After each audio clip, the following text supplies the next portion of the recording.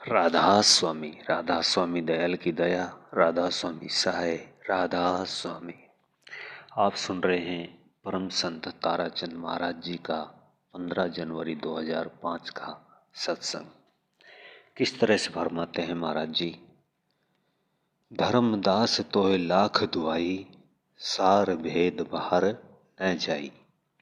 उसके मुंह में गुल्ला ठोक दिया। इन बातों को आप भी मान जाओगे। सो मूल मंत्री या मूल नाम था, वही नाम आज के संत मत देता है। इसलिए तो सतगुरु की हाट पर सौदा महंगा है।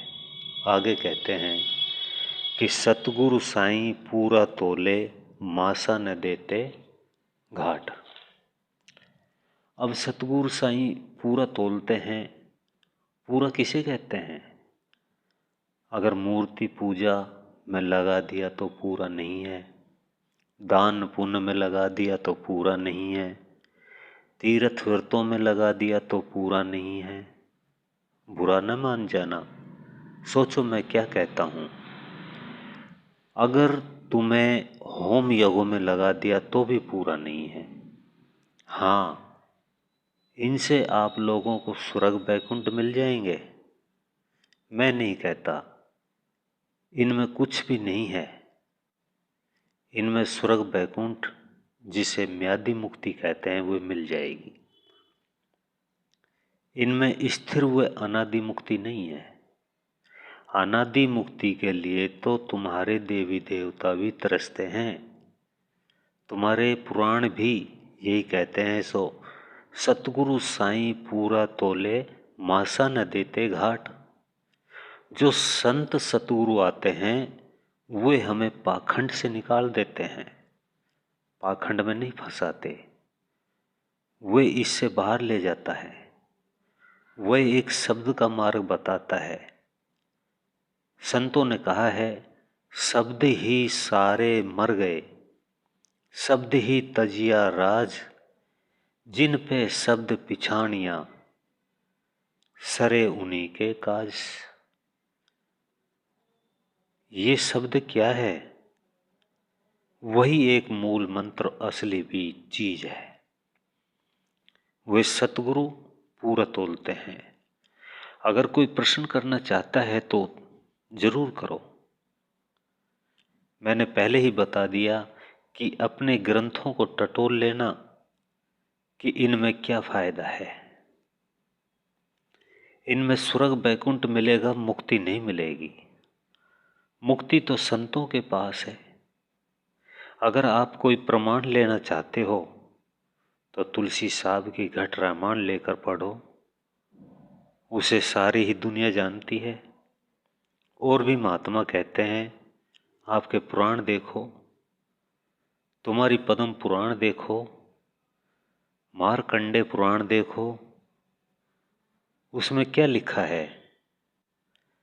रामायण महाभारत को रोज देखते हो, उनमें भी बहुत इतिहास मिल जाएंगे। अपने कर्म का भोग भोगने के बाद सब चले गए। बताओ तुम्हारा पीछा किस तरह छूटेगा। सो जिसको सतगुरु मिलिया उनका लेखा निमड़िया, उनका लेखा निमड़ जाता है, काल का कर्ज चुक जाता है। आगे कहते हैं, ऊंच नीच की गिनती नहीं, प्रेमी के होठाठ। उसके घर में ऊंच नीच की गिनती नहीं है। मीराबाई ऊंचे घर की थी और रविदास जी नीचे घर के थे। सुपंच ऋषि नीचे घर के थे और मार्कंड पांडव ऊंचे घर के थे। मतंग ऋषि तो बड़े ऊंचे कोटि के थे, पर भीलनी तो नीची जाति की थी। जो प्रेमी होते हैं उनके घर में उनके ठाठ होते हैं, वे चाहे सो माल खरीद लेते हैं। सो उनके घर में ऊंच नीच नहीं है। पलटू जी ने बड़ी सुंदर मिसाल दी है। हर को भजे सो बड़ा है, जाति न पूछे कोय, जात न पूछे कोय, हरि को भक्ति प्यारी, जो कोई करे सोई बड़ा, हरि जाति नाही निहारी। बाधिक अजामिल रहे, रहे फिर सदन कसाई, गणिका वेश्या रही, विमान पर तुरंत चढ़ाई। नीची जाति रे दास, लिया अपने बीच मिलाई, लीना गिद्ध को गोद, दिया बैकुंठ पठाई। पलटू पारस के छुए, लोवा कंचन होए, हर को भजे सो बड़ा, जात न पूछे कोय। कबीर साहब भी यही कहते हैं, जात पात न पूछे कोई, हर को भजे सो हर का होए। सो महात्माओं के यहाँ जाति पाति का सवाल नहीं है। जाति दो है, स्त्री और पुरुष। अगर कोई तीसरी जाति हो तो बताओ। ये तो सभी जानते हैं कि कर्म प्रधान विश्व रचि राखा, जो जस करही तस फल चाखा। जैसे तुम कर्म करोगे वैसे ही तुम बनते चले जाओगे। घटिया कर्म करोगे तो घटिया बन जाओगे, बढ़िया कर्म करोगे तो बढ़िया बन जाओगे।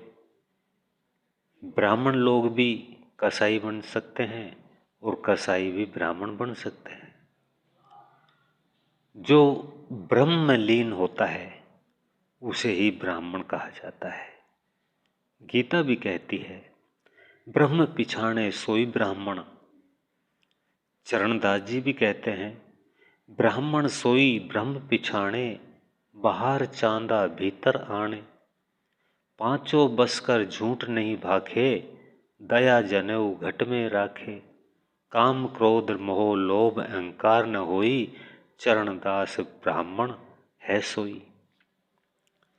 कि जो ब्रह्म को पहचान लेता है, चाहे वे किसी भी जाति कौम का हो, ब्राह्मण होता है। ये जातियां तो मनु जी ने ही बनाई थी। जातियां तो स्त्री और पुरुष दो ही है। जैसे जैसे कर्म करते गए जातियां बनती गई। हम उनसे घृणा करते गए। दुनिया में दो ही मत है, एक आस्तिक और दूसरा नास्तिक। मत है दुनिया में दो, तीजा मत हुआ न हो। सो मैंने आपको बताया कि जो प्रेम लेकर आता है उसके ठाठ हो जाते हैं। उनके यहाँ ऊंच नीच भी नहीं है। वह तो प्रेम के वश होकर चाहे सो कर देता है। हुजूर महाराज ने कहा है, मोए प्यारा लागे है जो मेरे प्रीतम से प्यार करे। जो हमारे मालिक से प्यार करता है वह हमें प्यारा लगता है, चाहे उसकी कोई जाति या कौम हो। पर पशु तो परमात्मा से प्यार नहीं कर सकते। प्रेम तो इंसान ही कर सकता है। जो इंसान परमात्मा की भक्ति करता है और प्यार करता है वह आस्तिक है, और वही आर्य है, वही मुसलमान है, वही हिंदू है और वही सनातनी है। उनके नियमों पर चलोगे तो पता लगेगा किसी से भी गलत बातें नहीं हैं। सभी में भेड़े कर्म ही छोड़ने के बताए हैं। आप पूछोगे कि क्या इनमें कोई गलत नहीं है? नहीं, किसी में भी कोई गलत बात नहीं है। हम लोग ही लकीर के फकीर बनकर गिर जाते हैं।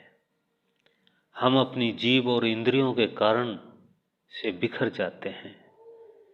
हमें दुनिया का हराम का माल मिल जाता है, हम उसे बर्बाद करना शुरू कर देते हैं। मेरा सतगुरु नहीं होता तो मैं भी गिर जाता। क्यों?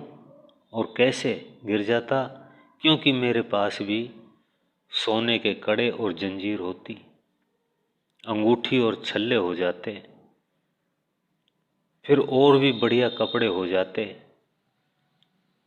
मेरा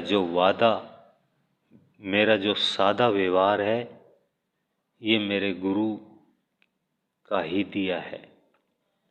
हे दाता, मेरे सतगुरु तो सतगुरु ही था, वे शहंशाहों के शहंशाह थे।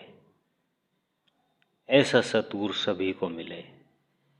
मेरे सतगुरु ने तो मेरी जिंदगी बचा दी, क्योंकि मेरा तो वही हाल था कि गिलोय बेल नीम पर चढ़ी, क्या गिरने में कोई कसर थी? मैं आप लोगों को बताता हूँ, सतगुरु मिलने पर कोई कसर भी नहीं रहती। कुछ लोग आर्य आर्य करते हैं। आर्य धर्म भी तो वही बताता है जो सतगुरु बताता है। जब उनके पास मैं गया तो उन्होंने कहा, क्या बात है? मैंने कहा, मैं नाम लेने के लिए आया हूँ। उन्होंने कहा, नाम तो मिल जाएगा, पर मेरी बात सुन। मुझे तो पता ही नहीं था कि ये बहुत महंगा सौदा है। मैंने कहा, बताओ। उन्होंने कहा कि सारी जिंदगी कमा कर खाना पड़ेगा, तू लंगोटी बांधे सांडों की तरह घूमता फिरता है। मुझे तो उस वक्त की जरूरत थी और मैं पूछना चाहता था कि वो क्या चीज़ है।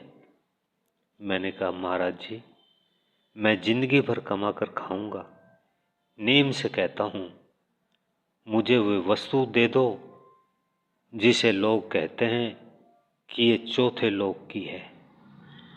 उन्होंने कहा, वह तो अभी नहीं मिलेगी, तुमने एक नेम तो कर लिया, दूसरा नेम ये भी कर कि लड़कियों के हाथ अपने पाँव नहीं लगवाओगे। मैंने पूछा, अगर कोई धोखे से लगा दे तो? उन्होंने कहा, उसका पाप तो उसी को लगेगा, वे पाप तुझे नहीं लगेगा। सो मेरी माताओं बहनों सभी से कह रखा है कि मेरे पैरों को हाथ न लगाना। मैं तुम्हारा भाई हूँ, तुम्हारा सिर पुचकार दूंगा। बाप भी तो बेटी का सिर पुचकारता है। सतगुरुओं का काम भी सिर पुचकारने का ही है। हाथ में ही दात होती है, हाथ में वे शक्ति होती है कि कितना ही आदमी दुखी क्यों न हो, सिर पर हाथ रखते ही शांति आ जाती है। आपने रामायण में सुना होगा, जब बाली का भाई सुग्रीव पिटकर आया और उसके शरीर पर राम ने हाथ फेरा तो उसको पूरा चैन मिल गया। राम ने उस समय पांव तो नहीं फेरा था उस पर। सो हाथ में बड़ी ताकत होती है, हाथ से धार निकलती है। जैसे कुत्तों और बिल्लियों की जीभ में से लार निकलती है, वे अपने घाव को भर लेते हैं। इसी तरह हाथ से धार निकलती है, जैसे चुंबक में धार आती है जो लोहे को खींच लेती है। सो आप सुन रहे थे परम संत ताराचंद महाराज जी का ये सत्संग। इससे आगे का भाग सुनने के लिए वीडियो को लाइक करें, चैनल को सब्सक्राइब करें, ज़्यादा से ज़्यादा शेयर करें। सबको राधा स्वामी जी।